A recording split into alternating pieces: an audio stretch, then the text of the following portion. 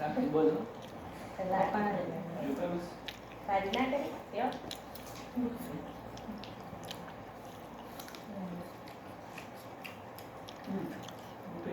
આઈ રી આવું છે થાળી નો ખોલ બસ આમ ખડાડી તું ખા એની વાત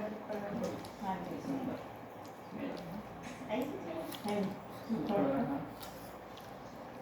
બધી રાખડી લાવીશ બે કોઈ રોજી પીવી આવી રાખડી 30 રૂપિયા